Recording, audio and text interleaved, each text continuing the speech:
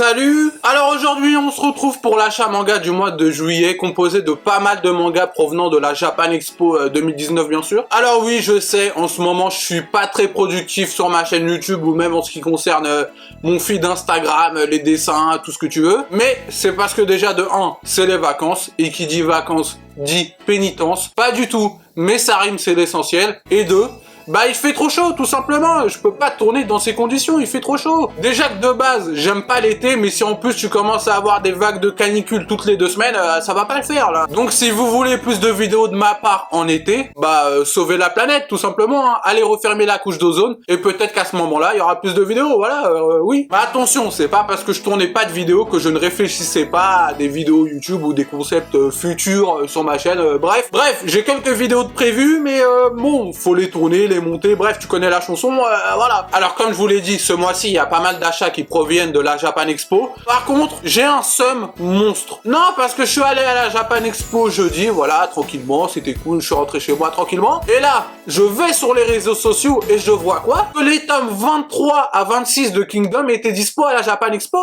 Et je les ai pas vus.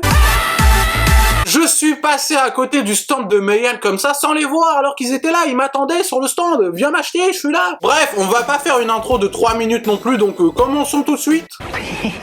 Ça te fait rire toi, crâne de bite? Non, pas du tout, je toussais. Et comme d'habitude, on commence avec les mangas en vrac, c'est-à-dire les tomes que je n'ai pas lus ou alors pour lesquels je n'ai pas grand-chose à dire. Et on commence avec du Vagabond. Oui, on commence avec du très lourd tout de suite. J'ai pas le temps, voilà. Donc on a le tome 13, le tome 32, le tome 33, le tome 34, le tome 35, le tome 36 et enfin le tome 37, le dernier paru actuellement en France. Merci Tonkam d'avoir réédité les tomes manquants car ça m'a permis de compléter ma collection et de boucher le trou que j'avais dans ma collection bien sûr avec le tome 13. Mais voilà, là c'est bon, tous les tomes sont à nouveau disponibles, donc c'est le bon moment si vous voulez commencer ou compléter votre collection de Vagabond. Moi c'est bon, j'ai complété la série et j'ai tout lu. Le tome 37 est juste ultra hypant. Le seul souci c'est qu'on est sans nouvelles du tome 38 depuis 2014-2015, mais sinon tout va bien. C'est pas humain de nous laisser sur une fin aussi hypante sans savoir si on aura un jour le tome 38. On est clairement sur la meilleure torture jamais inventée. Tu veux torturer quelqu'un, laisse les armes de torture, ça c'est de la merde, voilà. Tu lui fais lire Vagabond jusqu'au tome 37, il va te demander le 38, tu lui donnes pas, il avoue tout. Voilà, c'est extrêmement efficace. Testé en laboratoire sur très exactement 0 personnes. Donc voilà, Vagabond c'est incroyable. N'hésitez pas à découvrir cette œuvre juste magnifique en espérant qu'un jour Inoue décide de reprendre et finir Vagabond. Et on continue ces mangas en vrac avec du Vinland Saga. Donc on a le tome 16, le tome 17, le tome 18, le tome 19, le tome 20 et enfin le tome 21. Donc oui, je suis enfin à jour aussi sur Vinland Saga, le tome 22 sort en décembre. Voilà, donc ce mois-ci j'ai complété et lu Vagabond et Vinland Saga, donc je vais pas te mentir que je sais plus trop quoi faire de ma vie là, hein, c'est la galère. Bon là le tome 16 provient de la Japan Expo, le reste, bah non, hein, c'est logique. Vous êtes perspicace, inspecteur. Alors Vinland Saga, j'en parle dans les mangas en vrac tout simplement car j'ai fait une vidéo dessus. Donc si tu veux en savoir plus sur Vinland Saga et connaître mon avis, tout ça, je t'invite à aller voir cette vidéo si tu en as envie. Je mettrai le lien en description si j'ai pas la flemme comme d'habitude. Donc voilà, Vinland Saga c'est du très lourd et va voir ma vidéo si tu veux en savoir plus. On continue ces mangas en vrac avec le coffret intégral de The Promised Neverland. Donc il contient le tome 9, un roman sur Norman et quelques petits goodies par-ci par-là, hein, voilà. Coffret est disponible en avance à la Japan Expo puisqu'il sort normalement en août. Alors là, je te cache pas que le roman ne m'intéresse pas vraiment de manière vraiment incroyable, quoi. Voilà. De toute façon, de manière générale, les romans dérivés de manga, je trouve pas ça ouf. Hein. J'ai tendance à considérer ça plus comme des produits dérivés que comme vraiment des œuvres à part entière. Je veux dire, si c'est pour lire un roman sans dessin, sans rien, bah autant lire Stendhal ou Jules Verne, quoi. Mais je trouve le coffret vraiment cool, c'est pour ça que je l'ai pris. Alors, j'ai pas encore lu le tome 9, tout simplement car le tome 10 sort en octobre. Donc si je lis le tome 9 maintenant, je vais attendre 3 mois avant d'avoir le tome 10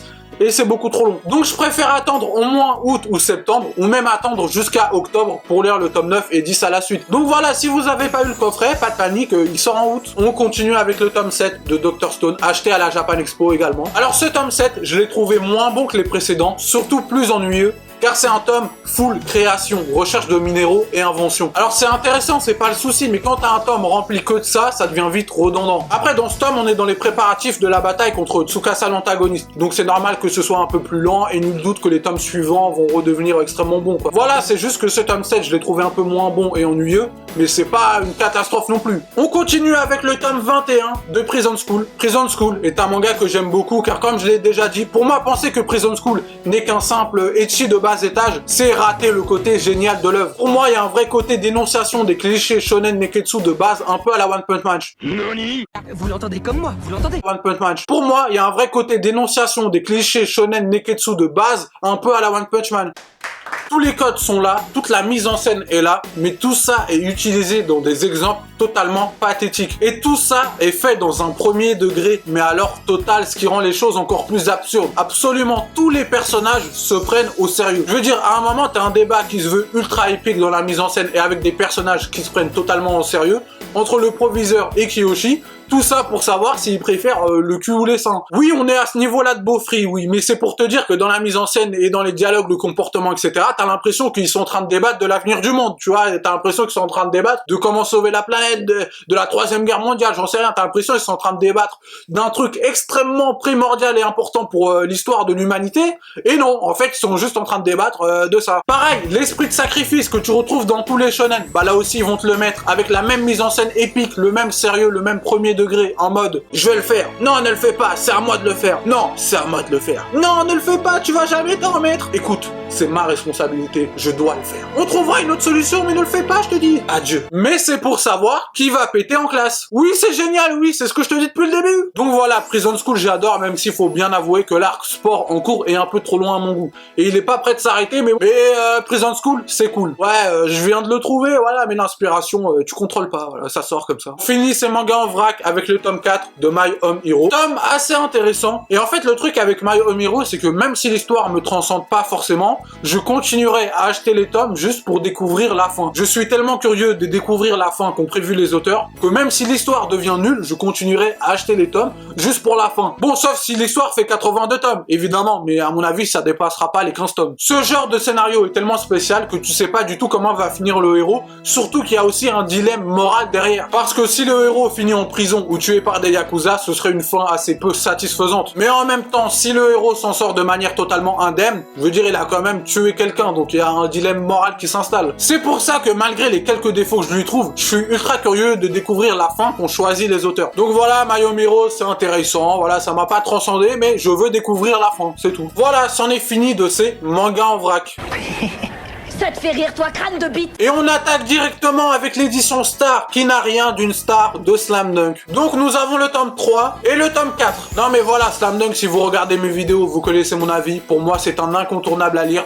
Un manga incroyable, le meilleur manga de sport de l'histoire, un manga culte de chez culte. Mais c'est un manga qui malheureusement n'a jamais eu le droit à une édition digne de sa grandeur. Et là, attention, je blâme d'abord les éditeurs japonais que français. Mais moi, ça me désole, ça me désole de voir des mangas comme Blade ou Bright Story qui sont des bons mangas, c'est pas le problème, mais qui n'ont pas un centième du cultissime de Slam Dunk avoir des meilleures éditions. Il y a un souci pour moi, je comprends pas, c'est honteux. Le gars qui a pas du tout le sens des priorités. Pardon?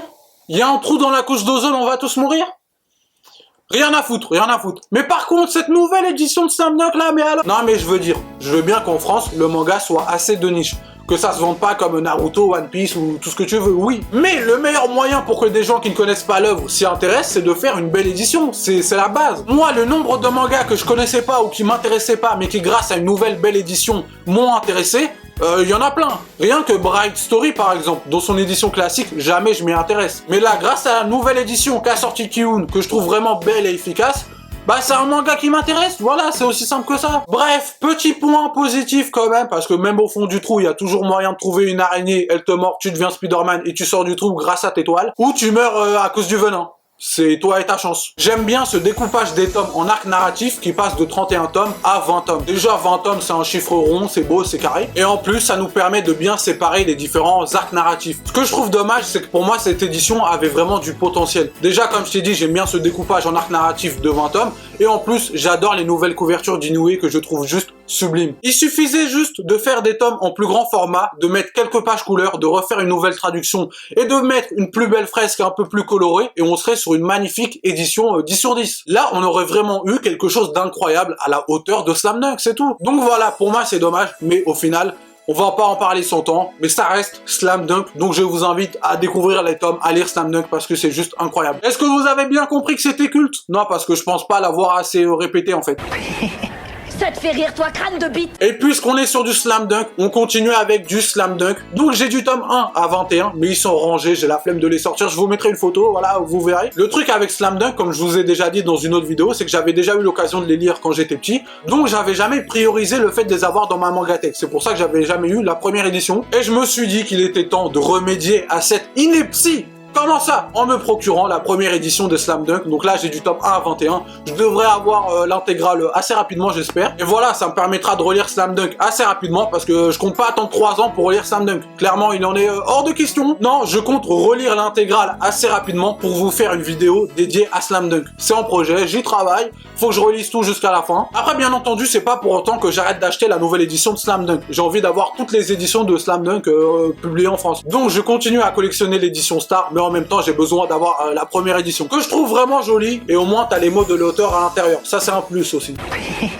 Ça te fait rire, toi, crâne de bite? On continue avec le tome 91 de One Piece, acheté à la Japan Expo également. Mais de toute façon, à part Vagabond, les tomes 17 à 21 de Vinland Saga et la première édition de Slam Dunk, tout vient de la Japan Expo, voilà. Tome 91 de One Piece que j'ai surkiffé. Après l'arc Whole Cake Island que j'ai détesté, enfin, je retrouve mon One Piece. Enfin, on retrouve Trafalgar Law. Enfin, Luffy et Zoro se retrouvent. En plus, j'adore l'univers samouraï du pays d'Ewa. Donc vraiment, je trouve cet arc prometteur pour la suite. Si ça continue sur le même niveau, ça peut très vite devenir un de mes arcs préférés de tout One Piece. Bon, c'est déjà un de mes arcs préférés du Nouveau Monde et j'ai envie de te dire que c'était pas très difficile quoi, parce que globalement, depuis l'ellipse des 2 ans, je trouve les arcs dans le Nouveau Monde moins bons qu'avant l'ellipse. Après, ça c'est que mon avis, et justement cet arc sur le pays d'Ewa est bien parti pour me contredire. Donc voilà, très bon tome 91 de One Piece, j'ai hâte du 92 et la suite. Voilà.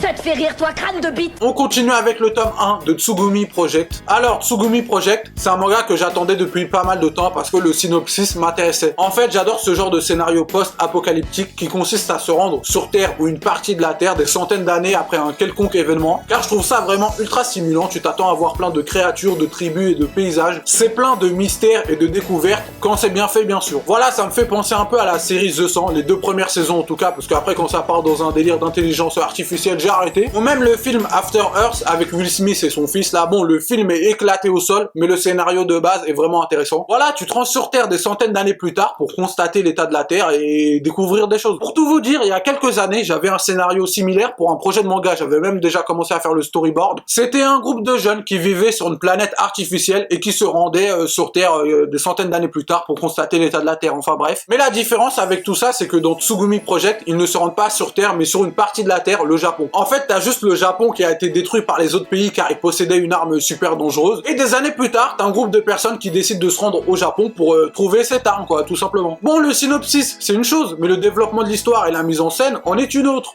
Donc, Tsugumi Project, c'était pas mal. J'ai pas été transcendé ou en extase, mais c'était pas mal. En fait, j'attends d'en voir un peu plus sur les habitants qui composent ce territoire. J'espère qu'on aura le droit à des sortes d'humains un peu évolués, un peu à la The 100 ou même The Walking Dead avec les différents clans là. Parce que pour l'instant, comme ennemi, on a eu le droit qu'à des sortes de singes quoi. Et j'aime bien les singes, hein, c'est pas le souci, mais je m'attends à plus. Je m'attends à découvrir plus de créatures, plus de mystères et plus d'ennemis parce que si on a le droit qu'à des singes, ça va pas le faire. J'aime bien le personnage principal, Léon. Il m'a l'air d'avoir un sacré background et d'être assez intéressant, donc j'attends d'en découvrir plus. Et j'aime bien les dessins. Bon, c'est un peu particulier, c'est assez fouillé, brouillon, etc. Mais il y a un style. Donc le tome 1 était pas mal. Maintenant, comme toujours avec les tomes 1, faut au moins lire le tome 2 pour avoir un avis plus global.